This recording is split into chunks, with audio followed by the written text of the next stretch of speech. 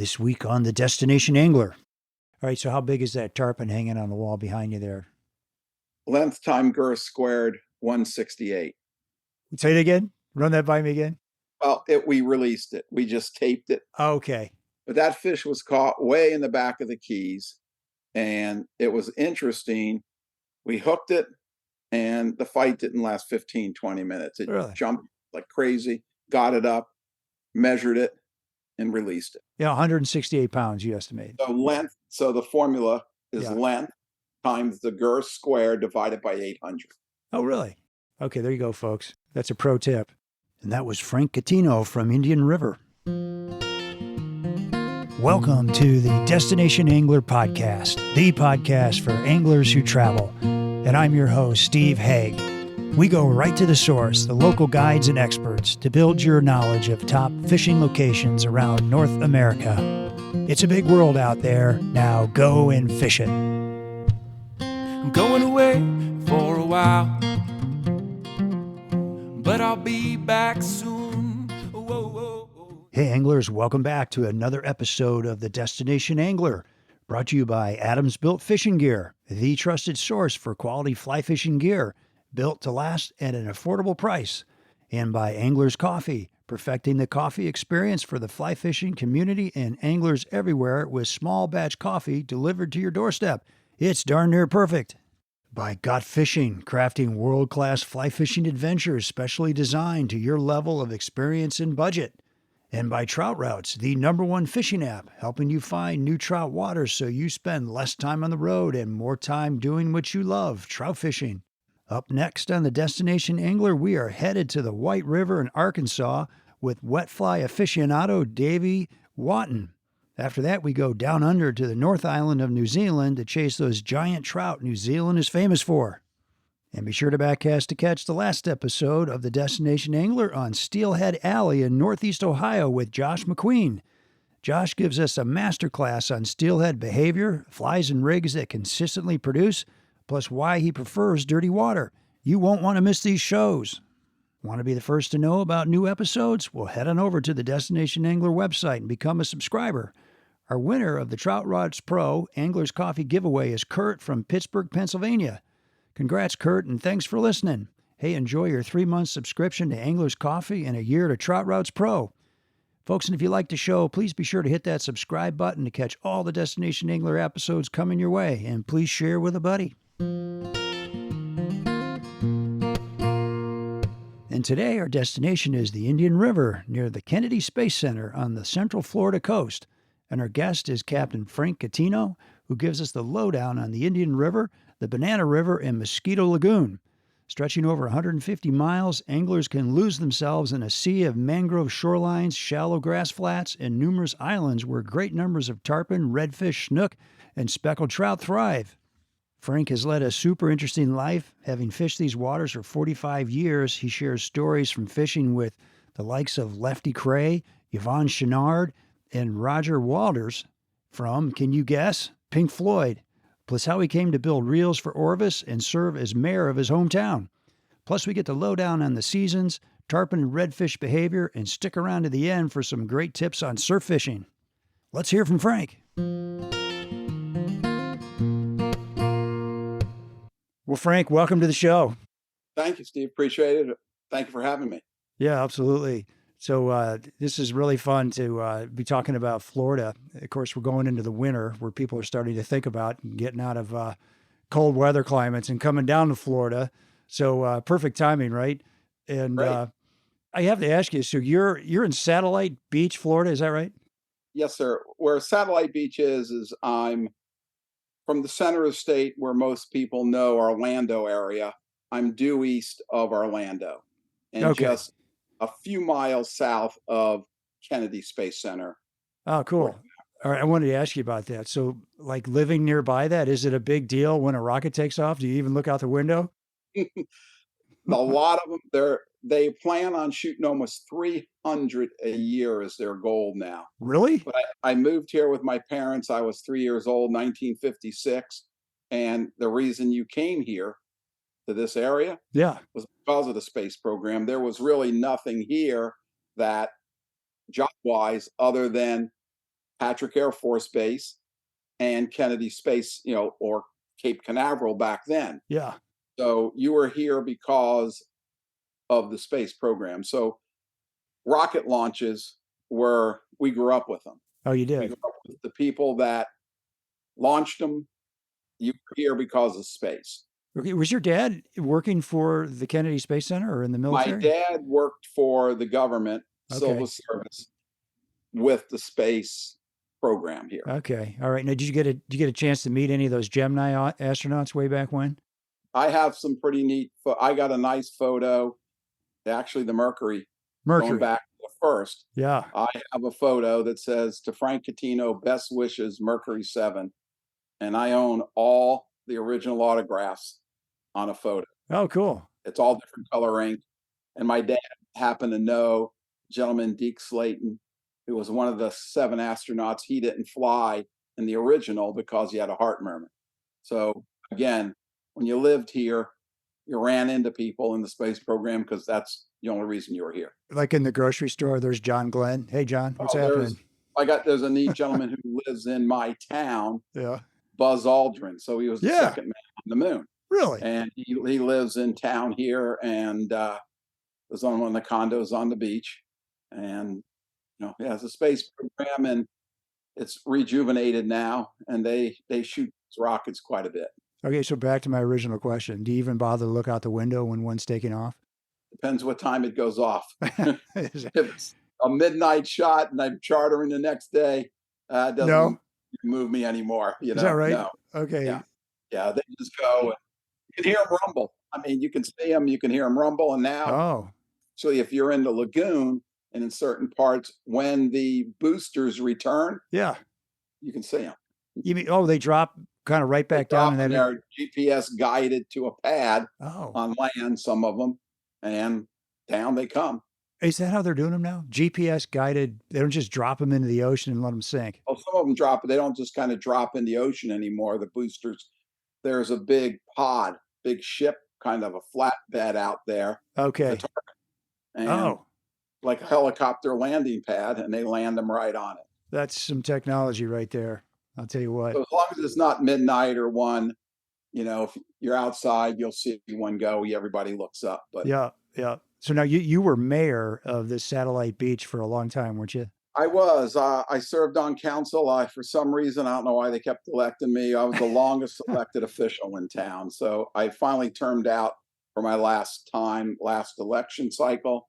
But I live in a pretty interesting little beach town, and Yeah. like it very much. They must have liked you. Or no one else would do it. That's what they, my friends tell me. Yeah. they done shot the last 4, and you're the only one to take the job, right? That's right. So, interesting little town, but Yeah, cool. I enjoy doing it. Was Buzz Aldrin a good citizen? Yeah. There you Was go. he? Okay. Was up on the beach in the condo, and Didn't cause any problems? no. Very good. All right. All right. Hey, let's talk about fishing. Okay, How about that? great. All right. So this is what I read. I didn't know much about Indian River, Mosquito Lagoon, and Banana River, right? Those are the places we're going to talk about. Yep, those are 3 of the water bodies here. Those are it. Okay. I read it's the largest and most diverse estuary on the East Coast, Yes. and maybe the largest in the United States. And so I'm kind of curious, just, what is it about these estuaries that just makes it so special for fly anglers in particular? It's a very interesting estuaries. They're non-tidal for the most part. So they run about 178 miles, this one does.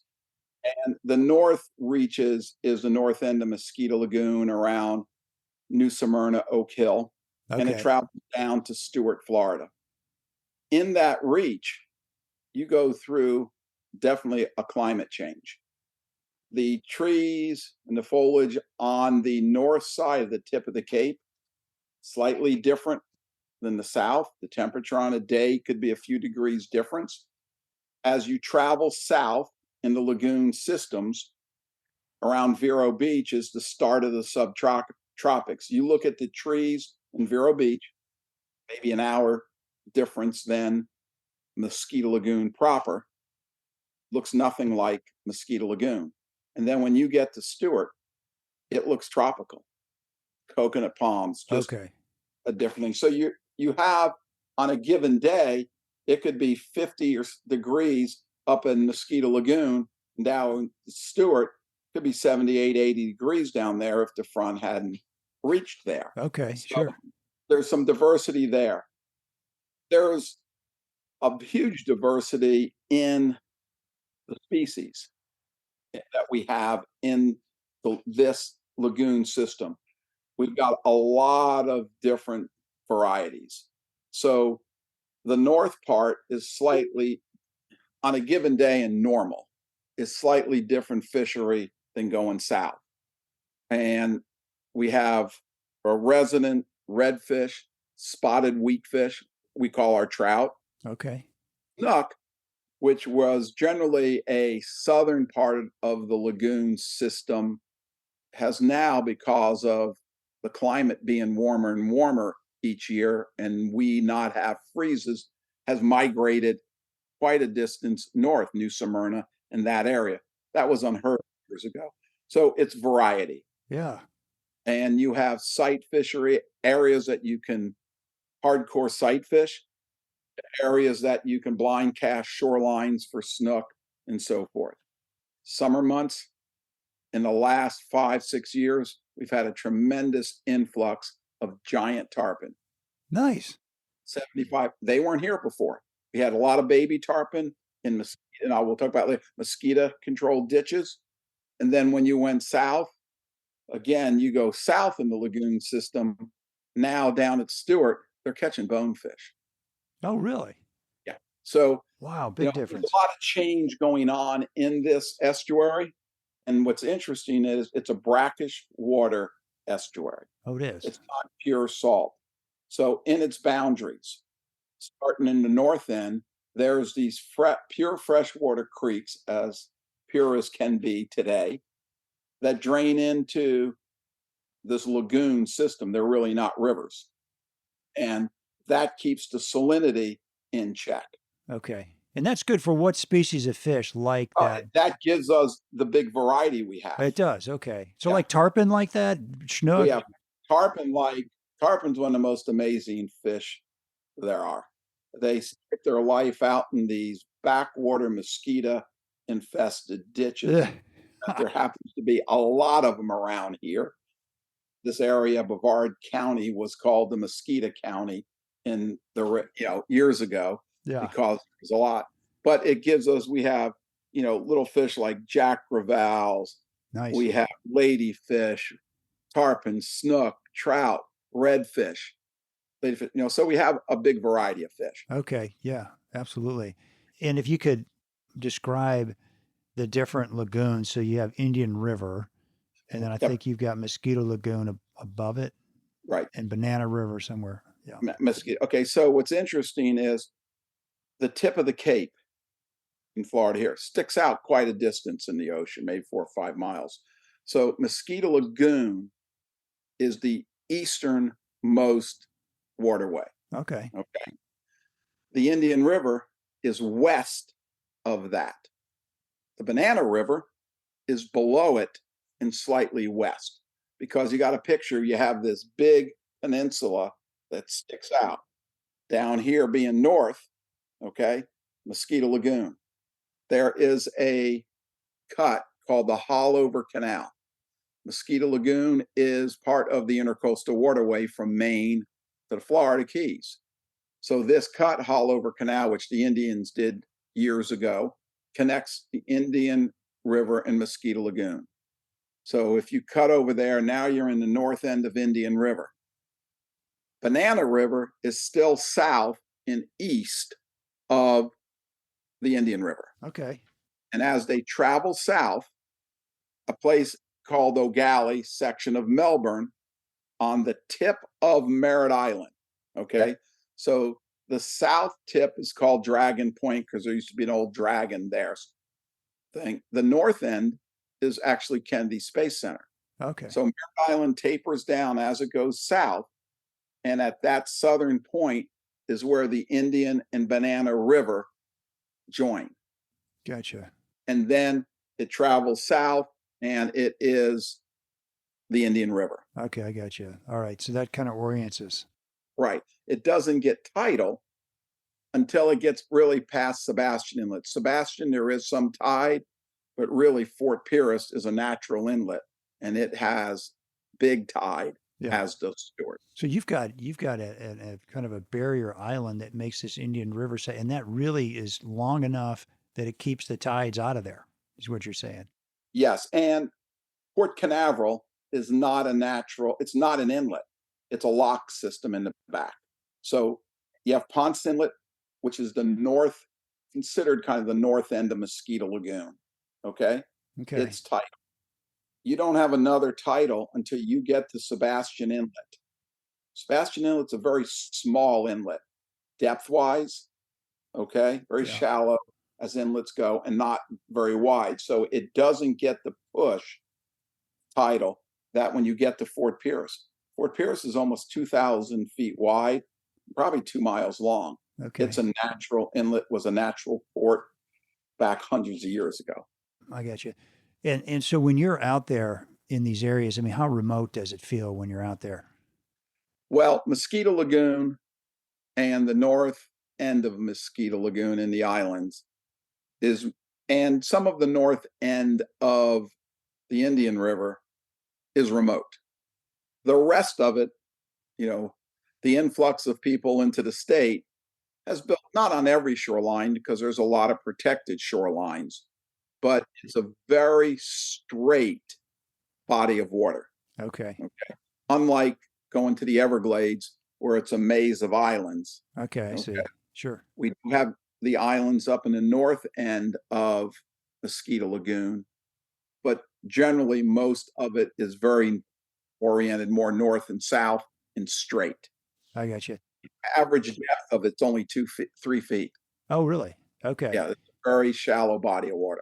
So if you're trying to target a certain species at a certain time of year, kind of walk us through the seasons, like where, I mean, a little bit, without giving away all your secrets, Frank, but where are you going? Well, it's interesting. I enjoy the winter months for sight fishing. I think the water is generally clear because we don't get the high temperatures, which might cause algae blooms or the water being darker. So, and then the species become fairly predictable because they want warm water. And shorelines that face southwest at that time of year are usually generally shorelines that the sun shines on longer. And if you find them near a little bit deeper water, they're great. That's good. So I like the winter months for the sight fishing of redfish. The baby tarpon can be found generally all year round, but the sight fishing is year round. But I think the winter is a little bit better from the redfish standpoint. Redfish okay. Right. Then the summer months, we're really a 12-month fishery. That's what's remarkable about it. But the summer months, recent years, has brought the tarpon fishery in.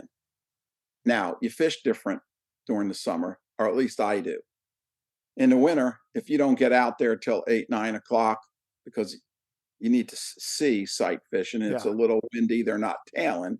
So the best part of the day is 9 to 3 because you can see so good. Well, the summer, you can see the tarpon laid up or rolling around, some stuff at 6 or 7. By 11 o'clock, it's 95 degrees. Yeah. So it's really hot.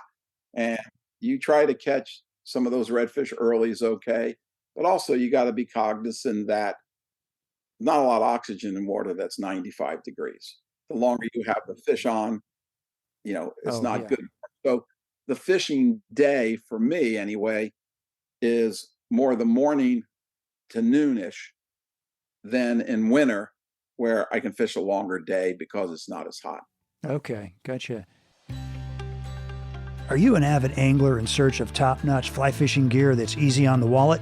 Well, look no further than Adams Built Fishing Gear. Adams Built is the ultimate choice for anglers who prioritize quality, affordability, and style.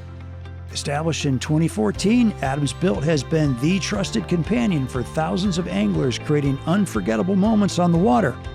Seasoned pros and beginners alike will love their lineup of lightweight and durable waders and wading boots, high-quality nets and fly rod starter kits, and meticulously designed fly boxes and outerwear. When I first heard about Adams Built, I have to admit I was a bit skeptical. Having run through many pairs of waders over the years, I wondered about their guarantee. So get this, folks, all Adams Built branded products are guaranteed to last, and Adams Built waders carry a lifetime repair or replace guarantee. You only pay shipping. Hard to beat that. So why not make Adams Built fishing gear your go-to choice? Check them out at a dealer near you or at adamsbuiltfishing.com. That's Adam Built Fishing, the trusted source for quality fly fishing gear.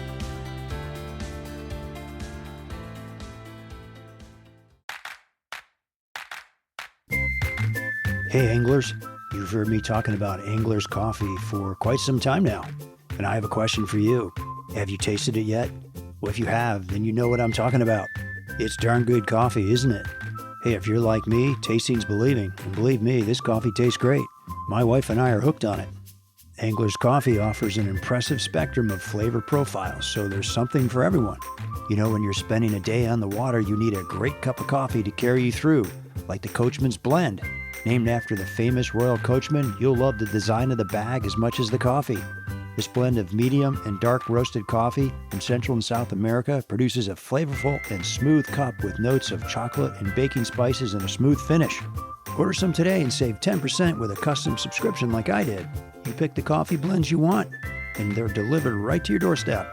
And if you're not 100% satisfied, they'll give you your money back, no questions asked. No kidding. A percentage of each sale goes to some great nonprofit organizations in the fly fishing community. So put a smile on your face, just like I did, and give it a cast. That's Angler's Coffee. Tasting's believing. So you're getting out in the mornings, hitting it pretty hard. Do you sometimes split the day with your clients and have them come back in the evenings? No, not most time. I'll tell you what we've been doing a lot, especially the older clients like it, is we go 9 to 3. Oh, And the reason for that is you got the sun up. Now, if you like the sight fishing, to target fish that you're going to cast to, you can see them by 9 o'clock. yeah, absolutely. By 3 o'clock time frame right now, the sun starts to wean. You'll feel even on your own self, the skin of the temperature starting to drop. And when that happens, I think the water temperatures dropping also, and you've had your best part of the day. So I think 6-hour time frame in the wintertime is a good fishery if you're sight fishing. Okay, very good. All right, so winter, summer, spring, fall, you do anything different? Well, springtime is just a transition time. Just depends on what kind of winter we have, or hate to say this, whatever we think winter is here in Florida.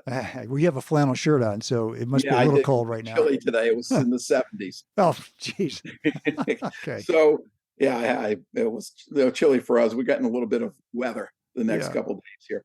So just that transition, depending on the temperature, we'll see how fast you transition into those tarpon and the snook species, a little bit more in the flats and so forth. Okay. September is a very interesting time of year here. We also have another fishery being in September. We have not as good as we used to have, but we have this bait run with finger mullet. And the mullet would run the beach from the 1st of September to the end of October. Generally did that, an uninterrupted ban for 2 months straight. And the amount of species that were gorging on them were amazing. And then they come in the river system. Right. They come in through the inlets and so forth.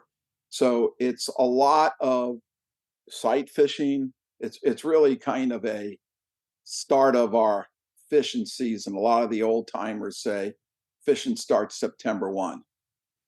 Summers are generally so hot that unless you're targeting the tarpon, which 20 years ago, only the babies were here, not the big ones. Do they stick around in September? The big tarpon do?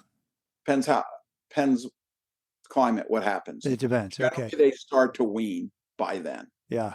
When's the best time for it? I've always heard it's like May and June in Florida. So it is in the Keys, Okay. Keys, March, April, May, June. Okay. Here, it was early for a couple of years. It started in April, but generally it was July and August. Okay. Now, this year it started in May and lasted to the end of August. So it changes. So Interesting. Is it climate change? Is it water temperature change? We haven't had many winters in the last 14 years.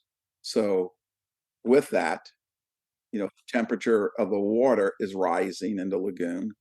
The height is rising. And they're sticking around. The height of the lagoon, on an average from 2001 to now, they say raised 9 inches. Wow, no kidding. Okay, big change there. All right, so how big is that tarpon hanging on the wall behind you there? Length time girth squared, 168. Say it again. Run that by me again. Well, we released it. We just taped it. Okay. Okay, and that's just a fiberglass mount that a friend of mine did for one of my clients, and then he sold his house and had no place to. So what happened there was a joke, because all of a sudden I'm sitting here and the doorbell rings, and it's my friend Bob Brown, who's a taxidermist, and he had this big thing in his arms, and he goes, "Oh, this is yours." And I'm going, "What are you talking about?" He goes, "Oh, your buddy sent this to you. Oh, okay. It cost him $700 to mount that thing, to wrap it and send it." Oh, he mailed it to you. Okay. "What did you send me?" That's what he sent me. My wife wanted to know if he sent the money to build a place to put it. But that fish was caught way in the back of the Keys, and it was interesting. We hooked it, and the fight didn't last 15, 20 minutes. It jumped like crazy, got it up, measured it, and released it. Yeah, 168 pounds, you estimate. So length, so the formula is length times the girth squared divided by 800. Oh, really? Okay, there you go, folks. That's a pro tip. It came out, that. Yeah. So it sits here because he doesn't have a home for it. So I'm its home. All right, so folks, this is hopefully, this will be on YouTube. It'll be one of my first shows on YouTube. And Frank has got more fly rods than I can count on a wall behind him. I always say, if you know how many fly rods you have, you don't have enough. And I think, Frank, you qualify. Yeah, I'm kind of a glutton. I've been in the tackle industry and guiding for years. And my buddies see that. That's not the bad part. Over my shoulder on the other side, there's a little cabinet. Yeah. It holds 25 fly reels that I tell my buddies are crying because they don't have homes. And my dilemma is, do I sell the 25 reels or do I buy 25 more rods so they have places to go? I think you buy 25. I enjoy, trying everybody's product. Sure. And I've got clients that are left-handed, right-hand retrieve. So I have a whole set for them, no matter what. And then I've got clients that I've had for a long time, and the super fast rods aren't necessarily fit their casting style. Okay. So try to just, and some of them are old rods that I don't even use. Yeah. How about that? All right. So you think back and all your great stories from fishing in the lagoon. Have you got an epic fishing story for me out of these lagoons? Oh, I took a guy fishing one day, and all he told me his name was Roger. And he came to me as a referral from a gentleman called Harry Spears. And Harry's one of the legends out of the southern part of the Keys fishing.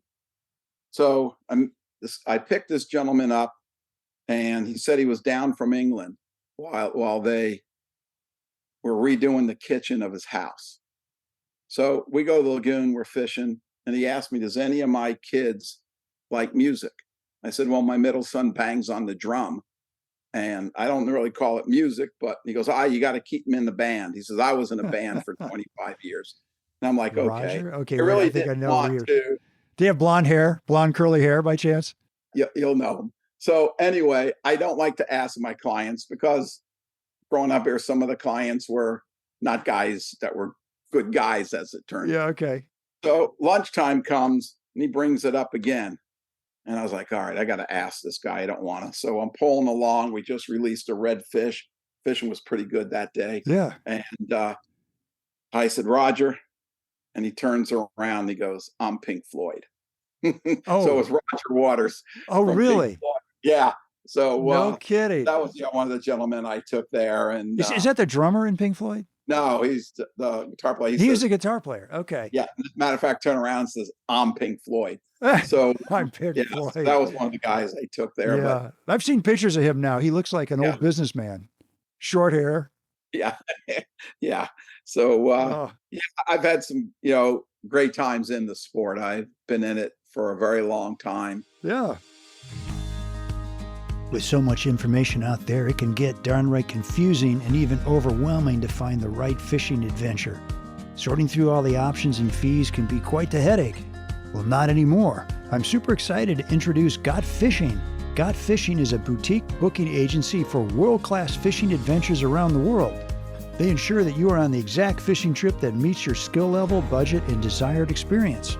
Whether you're a seasoned angler or new to the sport, Got Fishing's personalized service will help you decide which adventure is the best fit for you, your group, or even your business.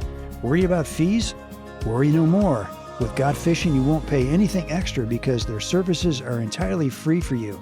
You see, Got Fishing exclusively partners with highly reputable outfitters who gladly compensate them for their services, ensuring a win-win situation. Explore the range of fishing adventures and learn more about the services Got Fishing provides at gotfishing.com. That's www.gotfishing.com. And check them out on Instagram, too.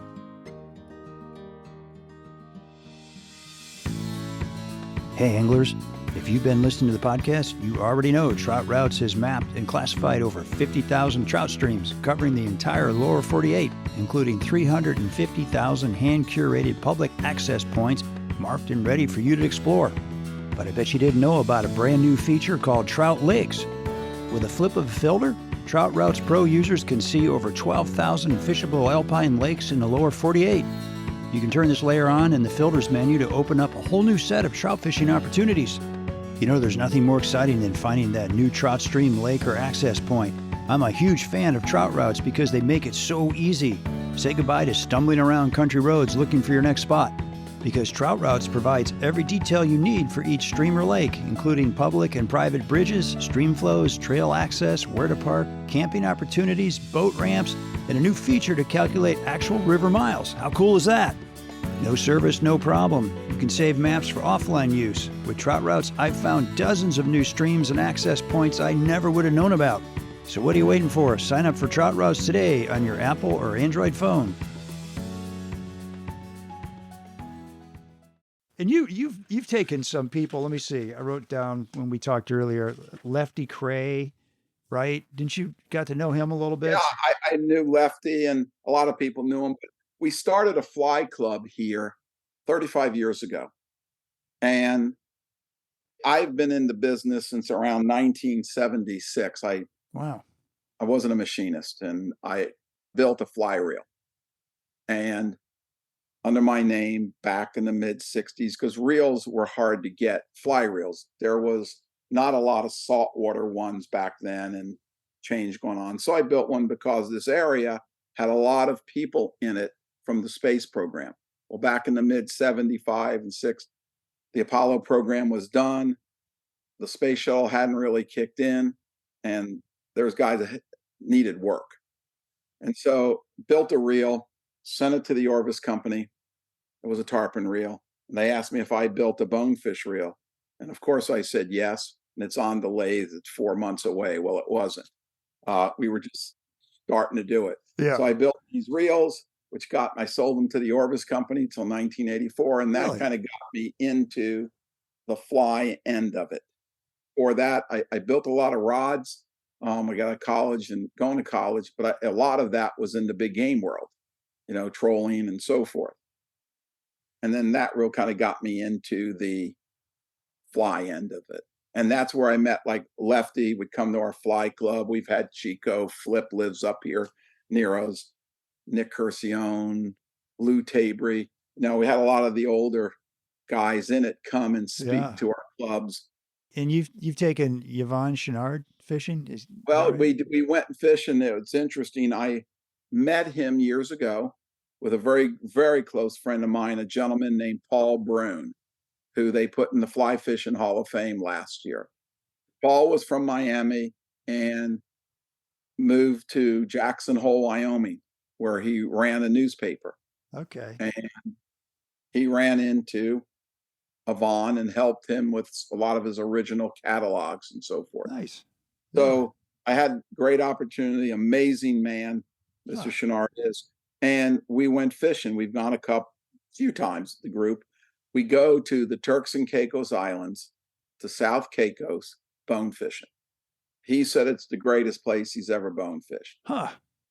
20 years ago was the first time I believe we went time wise. And the way you do the flats there is in an airboat. It's too shallow.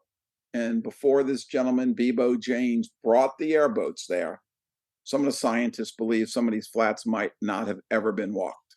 Wow, There's cool. no way to get a boat. Yeah. And so Yvonne went with us, and he couldn't believe it. It's the greatest he's ever seen. No kidding. It's pretty spectacular. So spent some time there with him, and then, really met him through Paul again when I went to Jackson in the summer for, vacation and so forth. Okay. Right. And Yeah. I've heard he's a real minimalist. Like, I know when he trout He fishes, is a very interesting yeah. guy because when I was mayor, I was talking to him and I was complaining. We're out on this gorgeous flat in the middle of nowhere. And I know he didn't want to hear me complain. And I was complaining about the environment. And, he says, well, it's real easy to find the problem. And I figure, okay, here we go. I'm going to get wisdom from him. And he goes, yeah, just tell everybody to go home and look in the mirror. Okay. And All right. so, yeah, the minimalist. And he very much is. What he preaches, he does. Yeah. Well, I see he gave his company away this year. Put it in a trust for the environment. Yeah. Yeah. I mean, yeah. He's the real deal. That's the real deal. He's an amazing guy. And it was a lot of fun fishing with him in that setting. Yeah. That was one of the coolest fisheries I've ever seen. What was the fishing like? You've been around a while. What was the fishing like way back when? We're talking 1960s, 70s. Was it way better? How was it different? Well, yeah, I'm going to have to say yes from the standpoint this. I didn't get into fly fish until early 70s, mid 70s. No one did it here. One gentleman, Gary Schroeder, taught me. He was a musician here, but you never saw people do it. Now, a lot of kids are into it and it's good. But big. back then, I was using a spinning rod and you could go out on the flats, a boat, or just wade because there was many access points to the river because you didn't have the building then. And the trout fishing, I don't think we really appreciated it because we didn't know any better that it was going to get worse. And you caught these spotted weakfish or trout, we call them, almost every cast. It was crazy, remarkable. Wow. And we were known as the trout capital of the world because Field and Stream used to have buttons. They were called button trout, which was a trout that was over 6 pounds. You would send it into Field and Stream and they would send you a button. Guys had buckets full of them. The world's records came from here. Really? 10-pounders were a dime a dozen. They caught them all. Speckled trout, 10-pound speckled trout. Oh, yes, sir. The world's record, I think, from here is 14 something. Wow. But there was tremendous amount of them. The fishery is not like it was. It's still good, but it's just, no one lived here. 1956 statistic, 25,000 people lived in the county of Brevard, which basically takes up bottom part of Mosquito Lagoon down to Sebastian Inlet area. There's 25,000. There's 630 now. A little bit of change there. A little bit, right. Yeah. So just, there's more pressure on the fish and so forth. But it still is a good fishery, but, the bait supply is not as good as it was. Environment, we've had a little issues with the environment, as did Texas. Texas years ago had that brown tide there. Yeah. We had it back around 2004-ish. And what is that brown tide? What is that? Well, ours was from the nutrient level. Okay. And you got the algae blooms. It's an algae bloom. Is it caused by fertilizer? Like fertilizer is one of the main high nutrients in the water. Yeah. So we've done, a lot of the towns have done a lot, and the grass is starting to grow again, and it's really coming back. There's been an increase in the number of reds, trout, and so forth, now that the environment is getting more stable. Oh, interesting. And when you and I talked a couple of weeks ago, you're describing how the fish have changed the behavior because there's less, habitat for them. I guess they're kind of sitting out as like a sore thumb on a white beach bottom. Interesting you say that. Was just before we got on, the local shop here had a little Christmas party, and I stopped by and I was talking to someone on it. Yeah. And was saying that I think what happens is Mosquito Lagoon right now, the grass is growing back gorgeous, Oh, good. like it was originally. The fish bite better. Okay. Yeah. Are biting better. There's more of them. They don't seem to be as spooky. And you come to areas where the grass hasn't started yet, a lot of white open sand, Yeah. throw at these fish, and you can make a perfect cast, clear floating line, real long leaders. And I'm talking flies that are very small. Uh-huh. That fish poof, spooks Gone. away. Really? And I think because I've seen, we released a little baby tarpon, and unfortunately, a porpoise came racing at it and ate it. So I think on the redfish end and so forth, when they had all the grass, Yeah. they had some place to hide. There was a lot of cover for them, where now they're more susceptible to your boat movement, anything moving in the water, Yeah. because there's nothing to hide. I mean, in certain areas, there's a lot of redfish and black drum now, but they're spooky because of that. All right. So tarpon and redfish like the grass. Is that correct? Well, the redfish, I think, really like the grass more. It's more protection for them. Okay. Yeah. So, interesting thing I think happened here is lots and lots of redfish we had. Our redfish in the upper part of the lagoon do not go to sea to spawn or in the mouth of inlets. They spawn in the North Lagoon system. It's very different. So those fish kind of stay here. The tarpon is a very migratory fish. He might spawn in the mouth of inlets, and his larvae is carried into the backwater and into these so-called mosquito impoundments, which are controversial. They're man-made. They were natural marshes, but this is where the larvae of the tarpon and stuff Really? float into. And they float in there and they eat mosquito larvae in that stage of their life. Okay. So back up on this a minute. First, I'm trying to get my mind around a mosquito. What'd you call it? Lagoon They or call them impoundments. impoundment? What? So that's a man-made. How does that help mosquito? Doesn't, well, so it found out it really didn't. Oh. But so the area was called the Mosquito County because mosquitoes were incredible. But there were saltwater marsh mosquitoes, which, as people have told me, have no known disease other than it bites people. Yeah. So these marsh areas were natural marshes. They flooded because of time of year during the tropical seasons. There'd be more water in the system. These marshes would flood. And this is where the larvae of tarpon, snook, and a lot of the species would go, grow up. And as that water receded, they came out. Well, what they did is they dug a berm around these impoundments and piled the sand up. And they disconnected the natural river from these impoundments. Okay. All right. And they would pump water back and forth at certain times of years to try to control mosquitoes. And then the worst part of it, they sprayed. Oh boy. And the spray, they found out, really hurt ospreys, the eggs. It made them soft, the blue Oh herrings, geez. and they were losing. So they don't spray anymore. But there was a gentleman named Marty Smithson, and Marty did a lot of the research and said, hey, we need to connect these. And they connected them, a few of them, with drainage, with big piping. And then he started doing some research and put little nets over them and found out that he was getting larvae of snook, redfish, and tarpon, incredible, in them. Back in So there. Okay. and they installed this piping throughout the area. Every X number of distance, they would connect the pipe. They still pump, but they would let water out where they could drain out and the fish would swim out. Aaron Adams and Bonefish Tarpon Trust, Aaron lives right here near me. They're trying to get them to open them up more.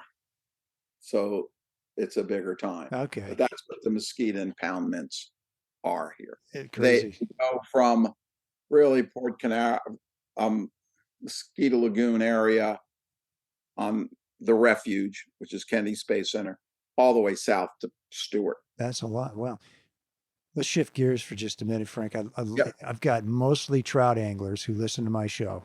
Not all, but a lot of trout anglers. So give us a quick lesson on for a trout angler when you come down to Florida. Like, what are you doing to go after, redfish and tarpon? Well, the red fishery first. I do a lot of sight fishing for it. Okay. And I don't think it's them not being able to see the fish. They pick that up pretty good. Because a lot of times they're casting rods that they're not used to casting. Bigger. Okay. Heavier. Right. Okay. So I use, because I think the rods today have gotten much stiffer per their Sure. line weight. The 7-weight rod today was the 8-weight rod a few years ago. Okay. So I use a lot of 6s and 7-weights because I think it's more close to what they're used to. Gotcha. So one thing though I tell people is, if you're home, you need to practice casting, because if you're not used to doing it, that you're not used to using these rods and you're sitting home all winter and you haven't cast in a year, Uh-huh. you can't expect, like golf, you're not going to shoot set par. Right. Before you come, I tell people 5 minutes a day, a few times a week, just cast. What do you do? Just stand out. How would you Yeah, recommend just I people just tell them, practice? just cast Get to outside and get used cast. to it. Okay. Then I tell them, then what I want you to do is cast with maybe 15 foot of line out leader and holding the fly in your hand. Okay. Because when you sight fish, Yeah. your line's not in the water. It's in the rod's in one hand, You're your hanging on fly's to it. in the other. You're hanging on, you're looking. The guide calls 1 o'clock, 30 feet or 40 feet. Now you've got to make the cast to that without the help of the water loading the rod. Sure. Right. Okay. So I think that's something that's a little different than on a trout stream where you're mending, coming downstream, you pass, you pick up again and throw. That was one thing I always tell them. And I said, and remember, do not lift your rod tip, because the rod tip is your shock absorber so you don't break 5X's and 6 and 7X. Boom, here, you got the tip. But you need a strip strike, keep the rod tip down and hit the fish, and you'll get a better hookup. Yeah. And I think those are a couple of things I find that the trout guy is not used to doing. Right. Strip setting. Yeah. We don't do Yeah. that. Yeah, that's not it. But again, I find that, if you look at a 7-weight rod today and go back 20 years and look at Yeah. It's a cannon. 8-weight rod, Yeah. I think people are using bone fishing. It was 8 weights. Now it's 7 weights or more the Yeah. norm. Interesting. And how important is good casting to being successful out there? I think it's important to have banner days. If you struggle casting, then the sight fishing might not be what I should put that angler in. Yeah. I think the best thing for that angler to do is fish a shoreline. So you're blind casting a shoreline for snook. Like You might catch mangroves. red. Yeah, because that way if it takes you 3 minutes to get the fly there, fine. You're not in any rush. Hope you made the cast isn't so good. Okay, don't worry. Just pick up, Yeah. go again. So, if you come down, be truthful to your guide. The guide doesn't want to put you in a position that makes it difficult for you to fish. So if you have guys haven't fished together, Right. guide doesn't know. And like, okay, where do I take him? If I take you to certain spots at a lagoon and you can't cast well, breezy, then I didn't do you any good. Yeah. Do you kind of have them? Can you tell, like in about a minute and a half, I how think you good can you tell are? pretty quick with a guy how he handles the rod and Yeah. so forth. That, yeah. And again, I think, articles years ago tried to sell a lot of tackle and articles, and oh yeah, I saw that bonefish 80 foot away. My buddy, who's a fabulous bonefish guy, one of the greats there is, a gentleman named Rick Ruoff, Yeah. and they're interviewing him, and I think it was Fly Rod and Reel or something. He was the guide of the year, and they said, "Okay, Rick, you got someone out there, and he's fishing with a guide, and the guide says bonefish." 1 o'clock, 80 feet. What do you tell him? And his comment was, get a new guide. Ah, And I knew what he meant, because his comment was, well, push the boat one more push and make a 40 or 50-foot cast. right, right. So the articles not hurt. He got people interested in it, Yeah, but you don't fish at 80 feet away. yeah, that would And be a challenge. I think most fish in a sight fishing are 30 to 50 feet. Right. Not that a 70-foot cast doesn't catch a fish every once in a while, Yeah, but when you look at the sight fishing world, if you're pulling around a shoreline with grass and so forth, how far away can you see? probably not 70 feet. Correct. Yeah, probably not. So I tell people, you cast 30 to 50 foot and you can cast on a dime. Yeah, Cast good. you're gonna You'll do have a all lot right. better. You're gonna Forget, see how far you cast. So where do tarpon hang out and where do permit hang out? Give us like a little Well, primer on permit that. are not my area. Sorry, not permit, but redfish. Yeah. Redfish. Okay, so the redfish hangs out in most of the estuary, for the most part, shoreline oriented. Okay. When they are smaller size, size 2 to 15 pounds, let's say. When they get bigger, 20 pounds, 25-pound fish, they're not generally up in shallows. They're on the edges of Okay. shallow and deeper water. Gotcha. Okay. The tarpon, they're interesting creatures. So a tarpon could be in 2 foot of water or 10 foot of water in the middle of the river.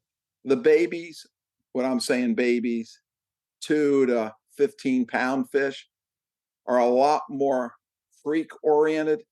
Okay. Oh, okay. Sure. Off and little rivers that come into it, little pockets or ponds that are off the river system, lagoon system, Yeah. and stuff like that. The bigger boys, 4 feet of water, 5 foot of water areas, depending on how calm it is, where they like to lay up, or they like edges also here. Okay. So they kind of lay there. Needs to be generally calmer so that they do that and you can see them. I see. Okay. Interesting. Yeah. What do you do about wind? Because that's got to be a big factor for your caster and for the fish. Yep. So try to put them on a shoreline so that you're not just hiding out. Okay. You're actually on a shoreline that produce fish, where maybe you pick a lee up. It's an eastern wind. You're going to hang on that eastern shoreline and get a lee. And you got to pick the situation. If it's howling, you're not going to go the middle of part of the lagoon where there's no islands. Maybe you got to go up one of the rivers that lead into the lagoon that Yeah. serpentines around that you can fish it. So Yeah. you got to get to a place where you're using the wind to your advantage I got you. As a caster. as a caster. Okay. Yep. Strictly casting, you have to get the angler in that situation that he can make that cast. Okay. And the north part of the lagoon is an interesting spot because there's islands. Okay. The middle and south part, there's not as many, very few, more of a straight north-south type of a fishery. Whereas Oak Hill and some of that northern areas is like the Everglades, sort of. Oh, A neat. lot. So you can get lees in that area, very clear, and sight fish. Oh, neat, neat. And so how big? You say your tarpon they get over 100 pounds now. Is that right? Yeah, and I don't know if anybody knows why that we have them It's now. exciting. 20 years we didn't have them. Back in the 70s, never. I mean, I never remembered it. I know enough of the commercial guys in the river. You know, they would tell me where bait schools were and stuff, but I never heard of anybody goes, "Oh, Frank, you should have seen the big pods of 100-pound tarpon." So this year, not as many as the year prior, but there is definitely more here now than there was years ago. That's pretty I know exciting. Aaron Adams with Bonefish Tarpon Trust is starting to tag them here to Okay. try to figure out where these creatures are coming from, where they're going. Yeah. Yeah. So That's there's some exciting. real fish. Yep. So what are the food sources for these two species, tarpon and redfish? Well, the redfish is more crab and shrimp oriented. Okay. Tarpon will eat shrimp and crabs, but the bonefish are more crustacean oriented here. Are you bonefish or redfish? No, the redfish. Redfish, More, okay. the redfish is going to eat, crab patterns Yeah, and okay. so forth. They'll eat smaller mullet and glass minnows and stuff. Tarpon, we have a lot of manhaden or pogies here, pilchards here in the river, and mullet. And they're more likely to eat that size food. When you're 60 pounds, 70 pounds, you're not eating something this You want a big. chunk of meat, yeah. What kind of flies are you throwing for tarpon then? Well, I throw a little different flies than the Keys, where the Keys flies seem to have gotten so much smaller over history. And they're using worm flies this big and so forth. We're throwing flies that maybe not quite as big as the old, I'll call it the old style tarpon flies, but we're throwing a little bigger fly. Blacks and purples stand Okay. out very good. Some browns. Yeah, yeah. Like how big? Like 4 inches? Yeah, I have something here. Let me grab something. All right, Frank's getting up now for you folks that aren't on YouTube watching this. He's going to pull a couple flies for us over here. So these flies are a lot of guys have been using here, and you're going to see they're much bigger flies Yeah. anywhere near the Keys. My water, even though it's clear, and sometimes you see the tarpon laid there, a lot of times you'll see them come up and just settle down, and you're fishing that area, and that fly is going to show up there. Has a lot of marabou in it, flopping. Yeah. Probably the biggest I use here, and I do use smaller, some more traditional key style at times. Okay. I use a lot of floating lines here, and I use a clear tip line that 9 foot sinks, and then clear intermediate. The rods that I use, 10 weights are probably my big rod here. Okay. Fish are not like the fish on the ocean side of the Keys where they're really hot and go. These fish here, you hook them, they're going to run, but they're going to jump a lot, and they're not getting that from you. Yeah. And you say on the ocean side, they take off, they scream and runs then, huh? Well, the key down there on the Keys, you hook a fish on the ocean. I have found those fish were much hotter, being they ran more than the fish in the backcountry. Yeah, super interesting. And same here on that. The fish in the river, they do run, they jump, but they jump a lot more than they actually are running. Okay. So when you're casting out one of those, I'll call it a streamer pattern for tarpon, what's your retrieve? Like, what kinds of different things are you doing there? Well, I let it settle. The two-hand retrieves gotten popular. What is the two-handed retrieve? Well, they stick the rod under your Okay. arm, Yeah. retrieving like And this. why are you doing that? Did it go faster? It just keeps the fly going at a steady. Okay, at a steady. Yep. And sometimes just the regular type of strip, okay, Okay. seems to work. Do you like to mix it up a little bit and try different things? Well, this day I'll try, the overhanded, two-handed strip, see if they're hitting on that, biting, and some Okay. days just standard, they want it moving a little slower. Huh. And do they tend to hit it at a steady speed, or do you have to slow it down just for a second, or No, what well, triggers it? I find that when they're going to hit, look at the size of that fish. He's got to chase down mullet and bait, who are definitely not hanging out for him to eat them. Yeah. Right. Right. So that fish has got a mouth this big. Yeah. He can swim. He's going to catch about anything he wants. They are kind of prehistoric looking fish, aren't they? They are. They've been here just after the dinosaurs.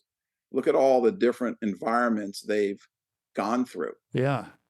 Right. They've gone through ice ages. I mean, they've gone through everything, and they're here. They're called the holy fish. Holy fish? Go look that up and Google. Okay. Michelangelo painted it's on the Sistine Oh, Chapel. of Charpin. Is that really? Fish is old as a tarpon. Really? I had no idea. I've been to the Sistine Chapel. So if you look at it and you go like, where did he see that fish? Right. 1400 when he painted it, but they didn't travel Yeah. great distances in the humans didn't in their lifetime. So what was the range of that tarpon? So they actually caught a few tarpon this year, I've heard. I saw pictures up in Cape Cod, some huge ones. Really? What were those boys doing up there? Yeah. Boy, that's interesting. They're very adaptive, is what I've learned from the Right. scientists, and Right. they're an amazing fish. All right. So change the subject just a little bit. Being a mayor of a city, I just find this fascinating. So you're working for Cortland, Orvis, I think, for a I while. worked for Orvis before, yeah. Uh, Fishing guide, captain, and a mayor at the same time. So what advice do you have for people that want to get into politics, maybe as Don't a run. side Yeah. gig? Don't do it. Oh, God, don't do it. Now, it is interesting. I mean, I learned a lot. I got on a lot of boards, environmental boards, and Good for I'm you. still on today. I sit on the National Estuary Program Citizens Advisory Board for the lagoon here, Yeah, good for you. chair of that committee. It is interesting. And I think, too, everybody has an opinion on things, which is good. I think, ability to get there and hold good conversations professionally is the way government should be. Yeah. I'm a lot stronger towards environmental things Yeah. that need to make sure we have those in place before we, do anything, ask the question. It's just like Mr. Chenard. You want to find the problem? Look in the Look in mirror. the mirror. Usually the source of it is us. And I find the hardest thing is from it was people don't like change. And to fix this lagoon where we're at, it's going to take us, everyone, to change their behavior. Yeah. Pretty hard You change. think they're up for it, or is that's going to be a tough one? Well, I can tell you that, everybody goes, well, how long? We've got a half-cent sales tax in our county to help raise money for the lagoon. Yeah. Everybody wants it done instantly, Sure. but that's the wrong answer to me. It's not how long does it take? It's going to take forever because you've got to change your behavior, and you can't do what you did when 25,000 people lived in this county. Now there's 630. We got to change our behavior, the way we're living, fertilizing our yards and doing stuff if we're going to make the river, Yeah. because we can't clean it and then go back and do the same things that made it bad. Yeah. Pollution you're talking about. Yeah, it is. So Chesapeake Bay took 40 Yeah. plus years, they're still doing it. Tampa Bay, it's 30 plus years and they're still working on it. So I don't think it's ever over. Yeah. Environmental end, we just got to change. We can't do what we did with the number of people. And I think that was kind of one of the hardest things, doing it mayor was saying, okay, here's what we did to get it from A to B. We did it, nobody else, Yeah. you know. Yeah. So these estuaries, these lagoons must mean a lot to you. I'm curious, what has fishing meant to you in your life? It's really been my life. I've had an incredible life opportunity to meet some just amazing people in the sport. And, people not only did I fish with, but I've become friends with as other guides. I've met, people of all walks of life. Yeah. It's, interesting. I got into it really from the outside, being that nobody fly fished here.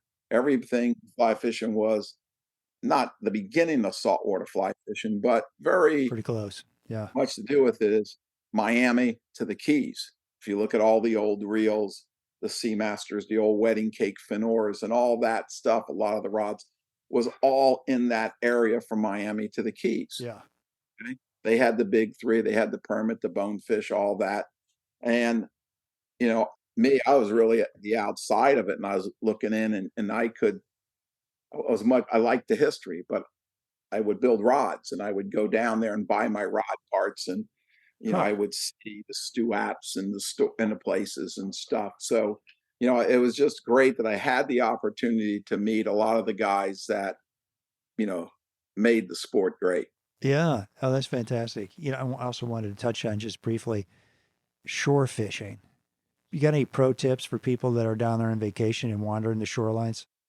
One of the problems is areas to do it. Okay.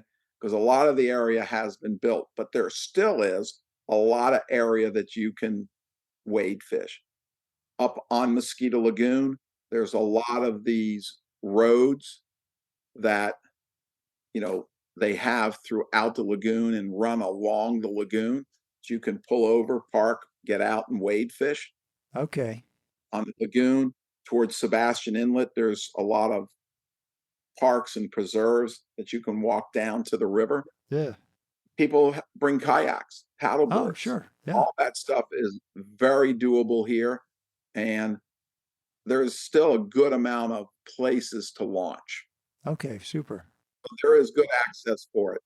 What about along the beach on the ocean side? How are people doing there? That's a pretty interesting fishery. That fishery is not all year with the fly, okay? But it's July, you start getting a lot of glass minnows. Okay. August, a little more, and some Manhattan pilchards, herring, well, big glass minnows, which are red herring. Then, remember I told you before, September when the finger mullets start. Right. Yeah. Okay. And the beach fishing comes alive. Oh, wow. Big tarpon, big snooks, jacks, pretty good. So what has transposed from being a West Coast and an English rod, the two-handed rods, Oh, there are guys fishing the beach because they work perfect for the beach. yeah. The long rod, one false cast, you can shoot a lot of No line. back cast. No back cast, you don't hit the girls in the bikinis, boom, you shoot the Yeah. line out there over the waves. Yeah. But we use a lot of intermediates on it because if you use a floating line, you don't really get a retrieve. All you're doing is taking in slack because of the ocean. And those big tarpon are on the ocean tarpon are on the beach. Yeah. Oh my And gosh. so the two-handed rods are now That's a guys what a great use tip. on the beach. I'm not very good with one yet. I Yeah, me neither. practice with it. So what I do is I use a 10-weight rod on the beach. And I make a shooting head line from a 12-weight line. And I mark it at 31 feet. Okay. And I use an intermediate. And stripping basket, boom.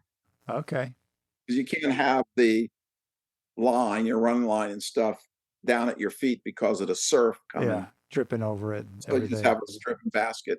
And species that are more common would be the snook, number one, and then the tarpon. And Okay. how you fish it, if you're a tourist and you're down here, you start at one end of the beach. Let's say up by Patrick Air Force Base, which is near Cocoa Beach. And you come to my little town, and the guys will go to beach accesses and look. Oh, no bait here. Get in the car, drive another 5 How do you know miles. there's no bait? There's no birds? When you go look, you can actually see the bait pods. Oh, you And can. yes, birds are the other giveaway. And then they'll continue down the beach until they find them. And whether it's in my county, so my barrier island Yeah. stops at Sebastian Inlet. Then there's a bridge over the inlet, and then the county actually changes to Vero Beach to Indian River County. And that barrier island goes all the way to Fort Pierce. And so the guys will just keep working their way down or Really? up till they find the bait pods. And when you find the bait pods, you're Get gonna out find there. fish. You're gonna okay, so what about guys down there in spring break, in the April timeframe? Is there anything even worth fishing for then? Well, the beach is not really that time of year, Yeah. but the river, yeah. I mean, as long as it's not a cold snap, there's baby tarpon, there's snook, blind cast shorelines, or sight fish shorelines. If you're wade fishing, Right. you probably have a better chance than the guy in the boat because you're not as intrusive Yeah. being that low. Or if you have a kayak, throw the kayak in. You get towed Paddle. around when you hook a big tarpon. I got guys that do it. Well, the tarpon at that time of year generally are not going to be the big guys yet. Okay. But, just kind of the start of it, maybe. What's an ideal weather pattern for you down there? Like you just mentioned a cold snap that turns them Well, off. yeah, we've got some pretty wicked weather right now. Do you? Okay. Getting cool. The wind's blowing 30 knots, 35, supposed to blow 35 knots tomorrow, 40 on Saturday to 45 knots. Yeah, So forget that's that. some subtropical winds there. Yeah. And 3.5 inches of rain. Oh, Now, geez. to me, the perfect pattern, which seems kind of Not strange. that. Not this. When you get a cold front that comes in, you have 3 days of cold weather. Then you get a day, it starts to calm. The next day is usually bluebird days, back up to 78 degrees and calm.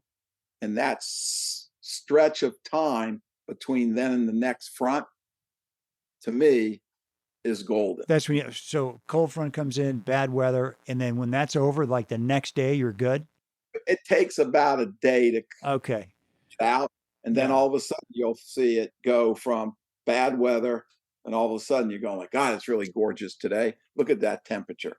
Do you like clouds or sun or whatever? Well, if I'm sight fishing, I like sun. If I'm snook fishing and blind fishing for snook, Yeah, clouds. I like cloudy days. But do the fish care? I think the snook, the high sun and bright, They don't like is that. not as good. Again, that's just my feeling for well, you would know. the redfish. I got to see. You know, Yeah. if I'm in a lagoon, I'm sight fishing. So you need some sun. Oh, super interesting. sun. Man, well, we could talk for hours here, but Frank, thank you so much for being on the Sure. show. It was great talking Thank to you you. very much for having me. And Yeah. How can people get in touch with you? just give me a call, 321-223-7700. And I'm old fashioned, but I do have a website. I think it's captainfrankcatino.com. Okay. I saw I have that. someone that does that. All that stuff is over my head. Are you on Facebook? No, I have a Facebook account, but I don't know how to use it. Come on, Frank. I have the website. I know. Facebook and Instagram. A 14-year-old, my granddaughter, to help me. But you control for customers on those platforms. Yep. Hey, before we go, I meant to ask you your favorite restaurant at the end of the day. Where do you like to go after the end of the day of fishing? Well, when I go, there's a place here called Cuban Island. Oh, Okay. Man.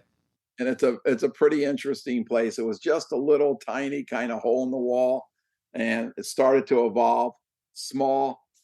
Love it. You got to call for reservations now. But here's what it is. It's a Cuban restaurant that's owned by Italian guys. Why not? From Naples, Italy. Okay. Okay.